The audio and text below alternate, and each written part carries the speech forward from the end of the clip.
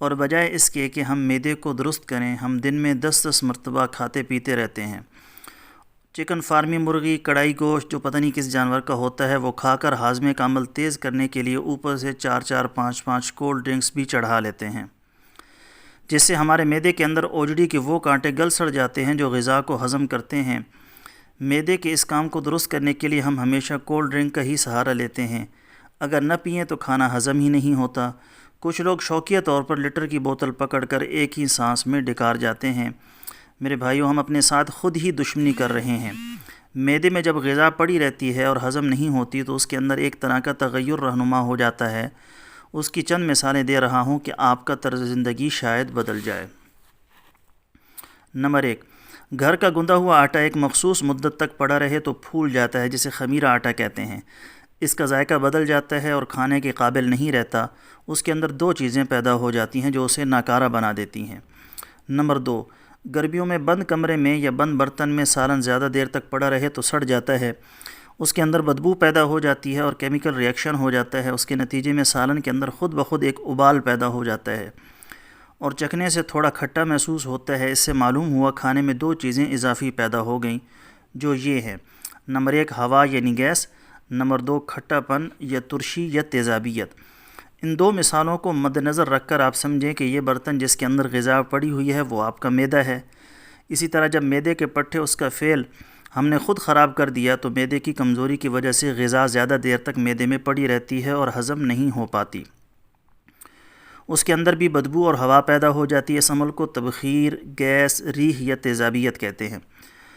اب اگر آپ فرض کریں یہ معدے کے اندر پڑی ہوئی غذا جس کے اندر بدبو بھی ہے اور تیزابی خراب مادہ بھی ہے، یہ ہضم ہو جاتی ہے جلد یا بدیر، تو کیا ہوگا؟ تھوڑا غور کر لیں۔ نمبر 1، اس سے اچھی قسم کا خون نہیں بنے گا۔ اگر بن بھی گیا تو اس ناقص اور ردی خون سے عضلات، شریانیں، پٹھے، گردے، مثانہ، تمام جوڑوں کے نظام میں خرابی پیدا ہو جاتی ہے اور اس کے نتائج بڑے بھیانک اور خطرناک ہو سکتے ہیں۔ نمبر 2، اس کے باعث سینے یا پیٹ کی جلن، معدے کا ورم، معدے کے زخم یا السر، دل کی دھڑکن کا بڑھ جانا، پیٹ میں درد، شوگر، دل کی شریانوں کا تنگ ہو جانا، مختلف قسم کے وساوس، جلدی تھک جانا، جوڑوں کی دردیں، سستی، اعصابی کمزوری، مثانی کی کمزوری، قطرہ قطرہ پیشاب آنا، نیند نہ آنے کا مسئلہ، سرعت انزال، جلدی بڑھاپے کے آثار وغیرہ شامل ہیں۔ نمبر 3، غذا کے زیادہ دیر معدے میں پڑے رہنے کی وجہ سے اس کی غذائیت ختم ہو جاتی ہے، یعنی آپ نے صرف اپنا پیٹ بھرا ہے، غذا کے اندر موجود وٹامن، فولاد اور کیلشیم وغیرہ مناسب طور پر جسم میں جذب نہیں ہوتے، اور جب جذب نہیں ہوتے تو جسم میں کمزوری پیدا ہونا شروع ہو جاتی ہے۔ جسم کے اندر کا ڈاکٹر جب خود بیمار پڑ جائے تو وہ بیماریوں کو جسم میں پیدا ہونے سے نہیں بچا پائے گا، جسم کا مدافعتی طاقت ختم ہو کر رہ جائے گی۔ اب اس کا علاج کیسے کیا جائے؟ اگر معاملہ زیادہ نہ بگڑا ہو تو کسی دوا کی ضرورت نہیں ہے، اس کا علاج آپ کے اپنے پاس موجود ہے۔ اس کے لیے صرف چند احتیاطیں کر لیں، کچھ چیزیں چھوڑ دیں، آپ خود بخود تندرست ہو جائیں گے۔ وہ تدابیر میں نیچے دے رہا ہوں، آپ عمل کرنے کی طرف آئیں۔ نمبر 1، ہمارے پیارے پیغمبر حضرت محمد صلی اللہ علیہ وسلم ہمیشہ کھانے سے کچھ وقت پہلے پانی پی لیا کرتے تھے یا کبھی کبھار درمیان میں نوش فرماتے تھے۔ کھانے کے بعد آپ صلی اللہ علیہ وسلم کبھی بھی پانی نہیں پیتے تھے۔ اس سے ہوتا کیا ہے، ہمارا معدہ ایک بڑے تندور کی طرح کام کرتا ہے، اس کے اندر کی فضا بہت گرم ہوتی ہے۔ جب ہم غذا کھاتے ہیں تو معدہ مزید تپ جاتا ہے تاکہ غذا ہضم ہو جائے، اور ہم کیا کرتے ہیں کہ اس تپے ہوئے تندور کو تباہ کر ڈالتے ہیں۔ اس حالت میں نارمل پانی پینا بھی نقصان دہ ہوتا ہے اور ہم ٹھنڈا ٹھار پانی یا کولڈ ڈرنک گھٹا گھٹ معدے میں انڈیل لیتے ہیں۔ کھانا کھانے یا کوئی بھی چیز کھانے کے کم از کم 1 گھنٹے تک پانی نہ پئیں۔ نمبر 2، کھانا کھانے کے بعد ہلکی پھلکی چہل قدمی ضرور کریں، اگر ٹائم نہیں ہے تو 10 یا 15 بیٹھکیں ہی نکال لیں۔ نمبر 3، کولڈ ڈرنک اپنی عادت نہ بنائیں۔ کیا یہ ضروری ہے کہ ہم اپنے ہاتھوں اپنی زندگی پیسے دے کر تباہ کر ڈالیں؟ یہ ایک ایسا زہر ہے جو معدے کے کانٹے برباد کر دیتا ہے، معدہ بیکار اور ہڈیاں بھربھری کر دیتا ہے، پٹھے کمزور کر دیتا ہے، گردے ناکارہ بنا دیتا ہے۔ نمبر 4، رات کا کھانا سونے سے کم از کم 3 گھنٹے پہلے کھایا کریں۔ نمبر 5، کھانا کھانے کے فوری بعد ہم بستری نہ کی جائے، کم از کم 3 گھنٹے کا وقفہ کر کے بیوی کے قریب جائیں۔ نمبر 6، رات کے کھانے کے بعد کم از کم آدھا گھنٹہ چہل قدمی ضرور کریں۔ نمبر 7، ہمارے پیارے پیغمبر حضرت محمد صلی اللہ علیہ وسلم کا یہ معمول تھا کہ آپ کھانے کے بعد کوئی میٹھی چیز کھایا کرتے تھے۔ آپ لوگ کو خاص اہتمام نہ کریں، میٹھی ڈش کا ٹائم نہ ہو، آپ گھر سے باہر ہیں یا گھر میں ہیں، تھوڑا سا گڑ کھانے کے بعد کھانے کے بعد یہ استعمال کر لیں، اس کو اپنی زندگی کا معمول بنا لیں۔ اس میں بہتر ہے زیادہ سفید گڑ نہ لیا جائے کیونکہ اس کے اندر کیمیکل ہوتا ہے، اچھا گڑ وہی ہے جو تھوڑا گہرے رنگ کا ہو۔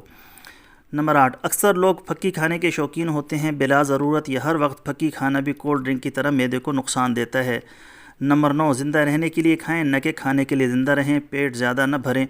ہمارے پیارے پیغمبر حضرت محمد صلی اللہ علیہ وسلم نے ارشاد فرمایا، جو دنیا کی سب سے بڑی حکمت ہے کہ پیٹ کے 3 حصے کریں، ایک حصہ پانی کے لیے، ایک حصہ کھانے کے لیے اور ایک حصہ ہوا کے لیے چھوڑا جائے۔ جو کوئی بھی اس پر عمل کرے گا کبھی بیمار نہیں ہوگا۔ ہم کیا کرتے ہیں، کوئی شادی کا فنکشن ہو تو ایک دن پہلے کھانے کا فاقہ کر لیتے ہیں، فارمی چکن یا مٹن گلے تک پیٹ میں بھر لیتے ہیں اور اوپر سے کولڈ ڈرنک پی لیتے ہیں اور گھر آ کر طبیعت خراب ہو جاتی ہے۔ نمبر 10، کھانا ذائقے لے کر کھائیں، خوب چبا چبا کر کھائیں۔ منہ کا لعاب ایک بہترین دوائی ہے جو ساتھ ساتھ غذا میں شامل ہوتی رہتی ہے اور کھانا ہضم ہو جاتا ہے۔ سنت کے مطابق کھائیں، زیادہ ماڈرن مت بنیں، چمچ کانٹا اپنی زندگی سے نکال دیں، اور سب سے بہتر دوا کھانے کے بعد پانی نہ پینا اور ہاتھ کی انگلیاں چاٹنا ہے۔ ہمارے پیارے پیغمبر حضرت محمد صلی اللہ علیہ وسلم کے اس عمل کو میڈیکل سائنس نے بھی تسلیم کیا ہے کہ ہماری ہاتھ کی انگلیوں کے پوروں میں ایک ایسا مادہ ہوتا ہے جو ہاضمے کے فعل کو ٹھیک رکھتا ہے اور غذا جسم کا حصہ بنتی ہے۔ اگر کوئی آپ کی انگلیاں چاٹنے کے عمل پر تنقید کرتا ہے یا مذاق کرتا ہے تو یوں سمجھے کہ وہ ہمارے پیارے پیغمبر حضرت محمد صلی اللہ علیہ وسلم کی سنت کی توہین کا مرتکب ہو رہا ہے۔ بہت سے لوگوں نے انگلیاں چاٹنے کے عمل پر لطائف بنا رکھے ہیں، اللہ سے ڈریں کہیں اس پر آپ کی پکڑ نہ ہو جائے۔ انگلیاں چاٹنے کو اپنا معمول بنائیں، غذا بھی ہضم کریں اور ثواب بھی لیں۔ نمبر 11، کھانا کھاتے ہوئے اگر کوئی پاس کھڑا ہے اس کو بھی دعوت دیں، اس سے آپ کے رزق میں کمی نہیں آئے گی بلکہ اضافہ ہی ہوگا۔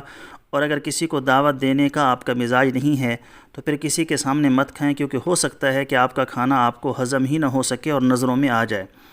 نظر ایک ایسا تیر ہے جو ہاتھی کو بھی گرا دیتی ہے، اس لیے ہمارے پیارے پیغمبر حضرت محمد صلی اللہ علیہ وسلم نے ارشاد فرمایا کہ اپنے گھر میں پکا ہوا کھانا اپنے پڑوسی کو بھی بھجواؤ جس کے گھر میں آپ کے گھر کے کھانے کے پکنے کی خوشبو جا رہی ہو۔ اس میں بھی یہی حکمت کار فرما ہے کہ آپ اس کے حسد کا شکار نہ ہو جائیں اور آپ کا یہی کھانا کہیں آپ کی بیماری کا باعث نہ بن جائے۔ زندگی کو بہتر طور پر گزارنا چاہتے ہیں تو اپنی خوراک اور کھانے کے انداز سنت کے مطابق کر لیں۔ اللہ تعالیٰ آپ کو ہنستا مسکراتا رکھے۔ آخر میں آپ سب کی صحت کے لیے دعا گو ہوں، اللہ تعالیٰ آپ کو ہمیشہ اپنی خاص رحمت سے نوازے۔ صحت ہے تو زندگی ہے، اللہ آپ کو کسی کا محتاج نہ کرے اور ہمیشہ آپ کو اپنی امان کے اندر رکھے۔ آپ سے خصوصی دعاؤں کی بھی درخواست ہے کیونکہ جو دوسروں کے لیے خلوص کے ساتھ دعا مانگتا ہے سمجھ لے کہ وہ اپنے لیے مانگ رہا ہے۔ تو اپنی دعاؤں کے اندر اس حقیر کو، اس فقیر کو یاد رکھیے گا۔ انشاءاللہ کل ایک نئی ویڈیو کے ساتھ میں آپ کی خدمت میں حاضر ہوں گا۔ اجازت دیجیے، شکریہ، السلام علیکم ورحمۃ اللہ وبرکاتہ۔